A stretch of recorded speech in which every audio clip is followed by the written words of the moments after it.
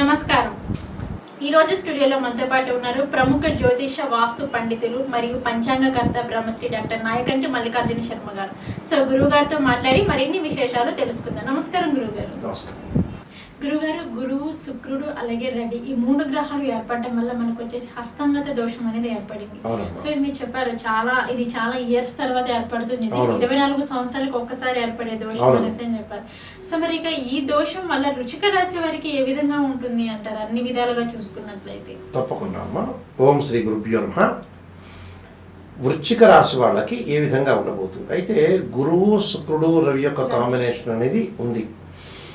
అంటే గురువు శుక్రుడు రవి యొక్క కాంబినేషన్లో గురువు శుక్రుడు శుభగ్రహాలని శాస్త్రంలో చెప్పబడింది, జ్యోతిష్ శాస్త్రంలో. రవి యొక్క కాంబినేషన్ ఏదైతే గ్రహానికి ఉంటుందో దాన్ని అస్తంగత దోషం అంటారు. అంటే కంబస్ట్ అని అర్థం. ఈ కంబస్ట్ వల్ల కొన్ని మంచి ఫలితాలు, కొన్ని చెడు ఫలితాలు, మిశ్రమైన ఫలితాలు వచ్చే అవకాశాలు ఎక్కువగా ఉంటాయి. మిశ్రమైన ఫలితాల్లో వృశ్చిక రాశి వాళ్ళకి ఎలా ఉండబోతుంది అనేది మనం చూస్తే, వృశ్చిక రాశి వాళ్ళకి 7వ స్థానంలో ఈ గ్రహాలు ఏర్పడతాయి.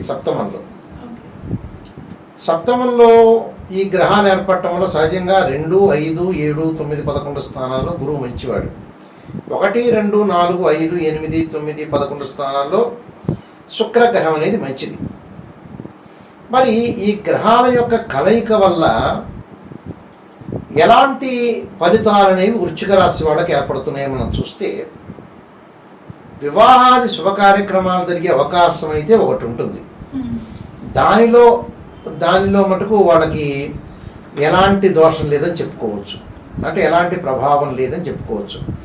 అయితే కొన్ని పనుల్లో విజయం సాధించడానికి కొంత సమయాపాలన ఉండటం, కాలయాపన జరగటం, దగ్గరికి వచ్చినట్టు వచ్చి పనులు కొన్ని వెనక్కి వెళ్ళే సందర్భాలు, అలానే డెవలప్మెంట్ అంటే కెరీర్లో వాళ్ళు ఏదైతే ఉంటుందో ఉన్నతమైనంగా విజయం సాధించడానికి ఇంకా కొంచెం ఎక్కువ అవకాశం తీసుకుంటే, అంటే కాలయాపన జరుగుతుంటుంది అని అర్థం. అంటే విజయం సాధించే అవకాశం ఎక్కువగా ఉంటుంది కానీ కాలయాపన జరుగుతుంటుంది, అంటే టైం వేస్ట్. అంటే వ్యాపార భాగస్వామ్యులకి కొంచెం సవాల్తో కూడుకున్నది. అంటే డబ్బుల విషయంలో కానీ, నూతన వ్యాపారాలు చేస్తున్న వ్యాపార భాగస్వామ్య విషయంలో కూడా కొన్ని ఇబ్బందులు ఎదుర్కొనే అవకాశం అనేది ఒకటి ఉంటుంది. అంటే వైవాహిక జీవితంలో జీవిత భాగస్వామ్యంతో కూడా జాగ్రత్త వ్యవహరించాలి. అంటే ఆర్థిక పరంగా డెవలప్మెంట్ అనేది ఒకటి అవుతుంది.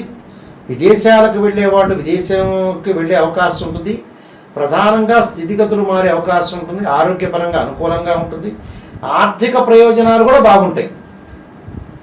ఉద్యోగస్తులకు ప్రమోషన్లకు కూడా సంబంధం లేదు. ఇది విదేశాలకు వెళ్ళే అవకాశం ఉంటుంది.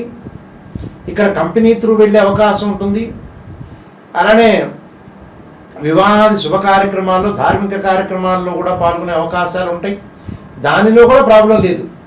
కేవలం ఏంటంటే వైవాహిక జీవితంలో భాగస్వామ్యంలో తగాదలు ఒకటి, భాగస్వామ్య వ్యాపారం అనేది చాలా జాగ్రత్తగా ఉండాలి. అలానే విజయం సాధించడానికి కొంత కాలయాపన జరిగే అవకాశాలు ఉంటాయి. కానీ ఈ 3 మినహా మిగతావన్నీ బాగుంటాయి వాళ్ళకి. అంటే ఉద్యోగస్తులకి ప్రమోషన్లు రావటం, స్థానచలనం జరగటం, అలానే స్థానచలనంతో పాటు వాళ్ళు ప్రయాణం చేయటం, ప్రయాణాల వల్ల లాభం కలగటం, అలానే లాభంతో పాటు కొన్ని ఇంటిలో శుభ కార్యక్రమాలు లేట్ అవుతూ ఉంటాయి. అంటే బయట శుభ కార్యక్రమాలకు పాల్గొనే అవకాశాలు ఉంటాయి కానీ ఇంటిలో వాళ్ళు చేయాల్సింది ఏదైతే అన్నప్రాసన కానీ, నామకరణం కానీ, బారసాల కానీ, చౌరవం కానీ, ఉపనయన సంస్కారాలు కానీ, వివాహం కానీ, గృహప్రవేశం కానీ, గృహారంభాలు కానీ, ఇలాంటి శుభ కార్యక్రమాలు ఏదైతే ఉంటాయో అలాంటివి లేట్ అయ్యే అవకాశం ఉంటుంది.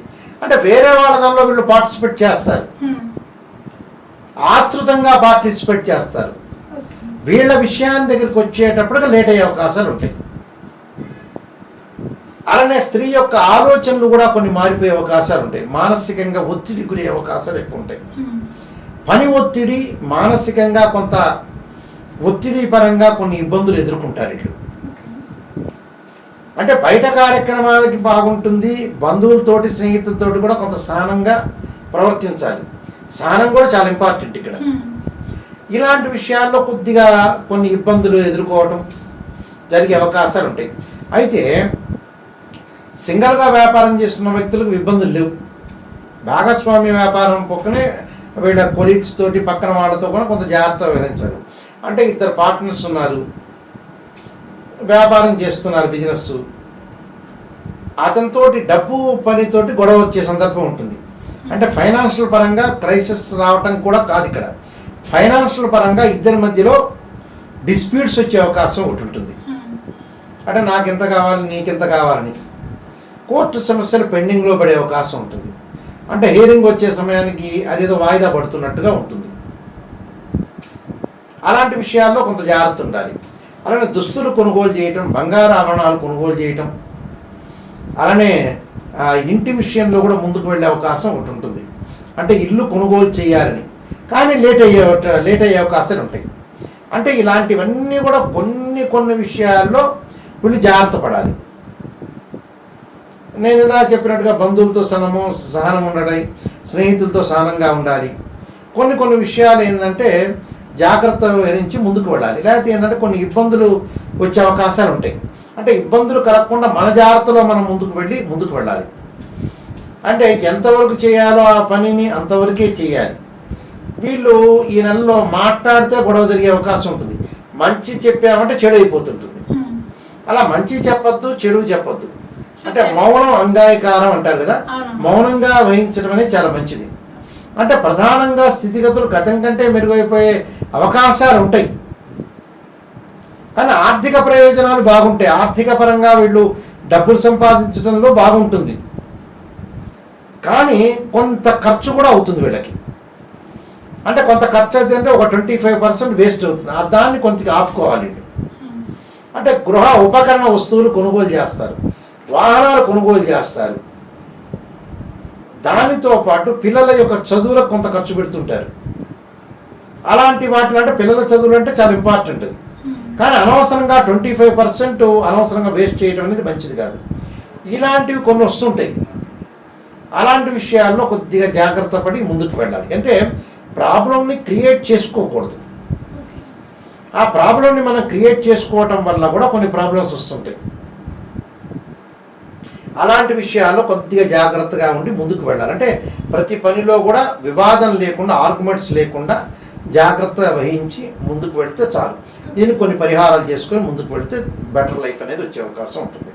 ఓకే గురుగారు, వృశ్చిక రాశి వారికి వచ్చేసి ఏంటంటే వీరి జాతకాన్ని ఒక్కసారి మీరు చూసుకున్నట్లయితే సో దానికి కొన్ని పరిహారాలు చేసుకోవాలి. వారి జాతకంలో అటు ఇటుగా ఉంది, అలాగే కొంచెం ఒడిదుడుకులు ఉన్నాయి అనేసి అని చెప్పారు. సో దానికి మీరు ఎటువంటి పరిహారాలు చేసుకుంటే బాగుంటుంది? దానికి వచ్చేటప్పటికల్లా వాళ్ళు చేసుకోవాల్సింది ఏమిటంటే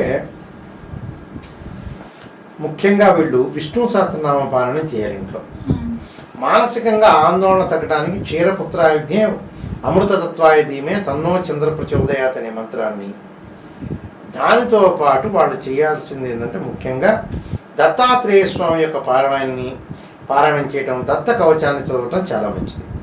అలా చదవటం వల్ల వాళ్ళకి గురువు యొక్క అనుకూలత, అమ్మవారి యొక్క ఆరాధన, అంటే స్త్రీలు ముఖ్యంగా రాజరాజేశ్వరి అమ్మవారిని ఆరాధన చేయటం, అలానే సూర్యుడి యొక్క అష్టోత్తర పూజ చేసుకోవటం ఒకటి. అంటే సూర్యుడి యొక్క ఆరాధన చేయాలి. అంటే సూర్యగాయత్రి మంత్రాలు కానీ, అలానే జపాకుసుమ సంకాశం కాశ్యపేయం మహాదుతం తమోర్యం సర్వపాపఘ్న ప్రణతోస్మి దివాకరం అని సూర్యనారాయణ స్వామిని ప్రార్థన చేయటం. ఏదైతే వీలైతే ఎక్కడైనా సరే టెంపుల్కి వెళ్ళి ఉషాఛాయ సమేత సూర్యనారాయణ స్వామి యొక్క కళ్యాణం చేయటం ఆదివారం రోజున. అలా చేయటం వల్ల ఏంటంటే వాళ్ళకి ఏదైతే జీవితంలో ఉంటాయో ఒడిదుడుకులన్నీ కూడా తగ్గే అవకాశం అనేది ఖచ్చితంగా ఉంటుంది. ఈ నియమాలు పాటిస్తే మంచి జరిగే అవకాశం ఖచ్చితంగా ఉంటుంది. వృశ్చిక రాశి వారికి వచ్చేసి ఎలా ఉండబోతుంది? వాళ్ళకి హస్తంగత యోగం దోషం ఉంది కాబట్టి సో దానికి వారు ఎటువంటి పరిహారాలు చేసుకుంటే బాగుంటుంది అనే అంశం గురించి అయితే మాకు తెలియజేశారు. ధన్యవాదాలు. నమస్కారం.